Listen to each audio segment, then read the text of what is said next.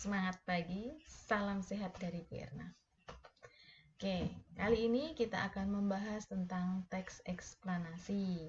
Sebelumnya masih ingat ya, kita membahas tentang teks prosedur. Nah, apa itu teks eksplanasi? Apakah sama dengan teks prosedur? Kita lihat ya. Yang pertama, kita lihat dari pengertiannya. Teks eksplanasi adalah teks yang bertujuan untuk menjelaskan suatu proses, fenomena alam atau fenomena sosial. Gitu ya. Teks eksplanasi ditulis untuk menjawab pernyataan bagaimana dan mengapa. Berikutnya, di dalam teks eksplanasi juga memiliki ciri-ciri. Ciri yang pertama, strukturnya terdiri atas pernyataan umum, proses atau deretan penjelas dan penutup. Memuat informasi bersifat keilmuan, menjelaskan suatu kondisi atau fenomena. Ya, fenomenanya tadi berupa fenomena sosial, juga bisa berupa fenomena alam. Memuat informasi sesungguhnya atau fakta. Kita akan berpikir bahwa tentang legenda Danau Toba, apakah itu bisa berupa teks eksplanasi? Tidak, ya, karena legenda Danau Toba itu sifatnya adalah fiksi. Nah, di dalamnya syarat dengan makna konotasi, berbeda dengan fakta. Kalau fakta tentu saja bermakna denotasi, begitu ya. Nah, berikutnya untuk strukturnya, yang pertama yaitu pernyataan umum, dua, penjelasan proses, dan terakhir yaitu penutup. Nah, kalau yang pertama ini, apa isinya? Kalau yang pertama adalah bagian awal dari teks eksplanasi, berupa topik atau permasalahan yang dibahas. Ketiga, fenomena sosial, alam, dan juga budaya. Untuk struktur yang berikutnya yaitu tentang penjelasan proses. Berisi suatu kejadian, tentu saja kejadian. Mengapa fenomena alam itu terjadi? Mengapa fenomena sosial itu terjadi? Fenomena sosial itu apa? Banyak sekali ya. Misalkan tentang pernikahan menggunakan adat Betawi, itu juga termasuk fenomena sosial, gitu ya. Nah, atau banyak hal bisa kita cari dengan fenomena kejadian-kejadian sosial. Misalkan perebutan suku dan sebagainya, itu juga termasuk fenomena sosial. Nah, penjelasannya sesuai dengan urutan waktu. Jadi, ketika kita menjelaskan mengapa terjadi banjir, jangan kita tiba-tiba mengatakan bahwa banjir datang menyerang melanda rumahku dan sebagainya. Tetapi kita lihat dulu dari mana air itu datang, gitu ya. Kita jelaskan dulu di awal proses terjadinya banjir sehingga air meluap, sampai air meluap. Nah, itulah yang kita ceritakan.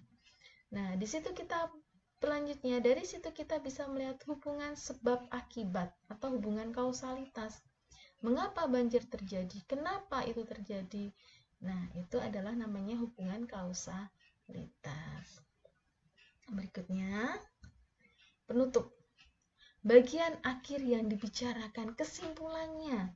Kesimpulan dari apa yang sudah kamu tuliskan tadi adalah merupakan bagian penutupnya, gitu ya.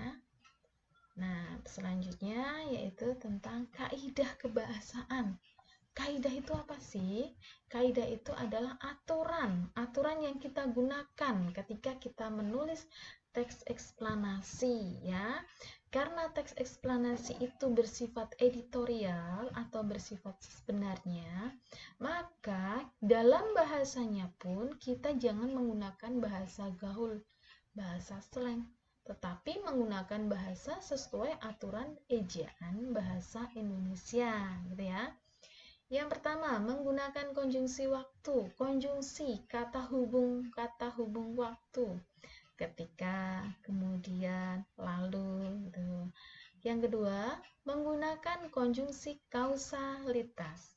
Konjungsi kausalitas yaitu konjungsi yang menyatakan sebab akibat, hubungan sebab akibat. Mengapa? Sebab oleh karena itu, sehingga, gitu ya. Yang ketiga, verba material. Verba yang menggunakan aktivitas fisik. Jadi, di dalam kalimat tersebut harus ada aktivitas fisiknya. Ibu menggoreng nasi.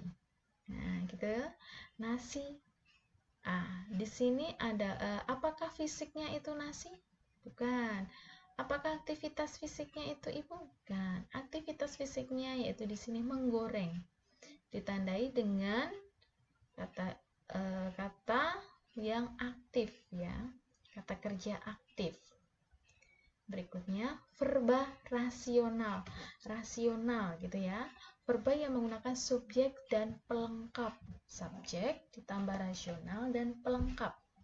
William adalah anak yang baik. Nah, pelengkapnya di sini apa? Yang baik. Rasional anak. Subjeknya William. Langkah-langkah menyunting. Menyunting itu adalah menelaah, melihat gitu ya. Yang pertama tentu saja membaca dan menemukan kesalahan dalam penulisan. Ada tidak kesalahan dalam penulisan? Yang namanya menyunting berarti kita mencari kesalahan dalam tulisan tersebut. Menyunting apapun, bukan hanya menyunting teks eksplanasi. Gitu ya.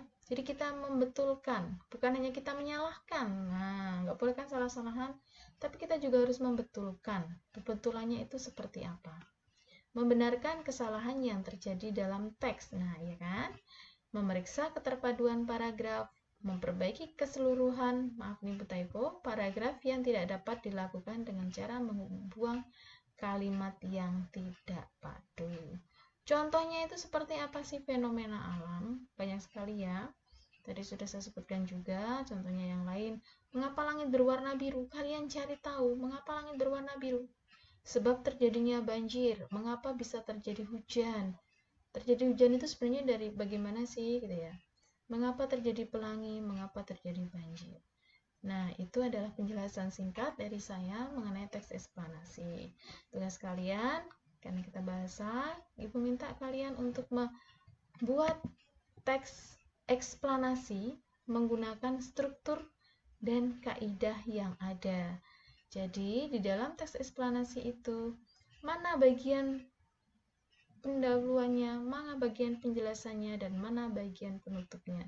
Silahkan kalian kerjakan dan silahkan kalian kumpulkan di dalam Google Classroom kalian. Nah, atau lebih jelasnya kalian bisa buka Google Classroom kalian. Terima kasih, sampai jumpa, salam sehat selalu, semangat.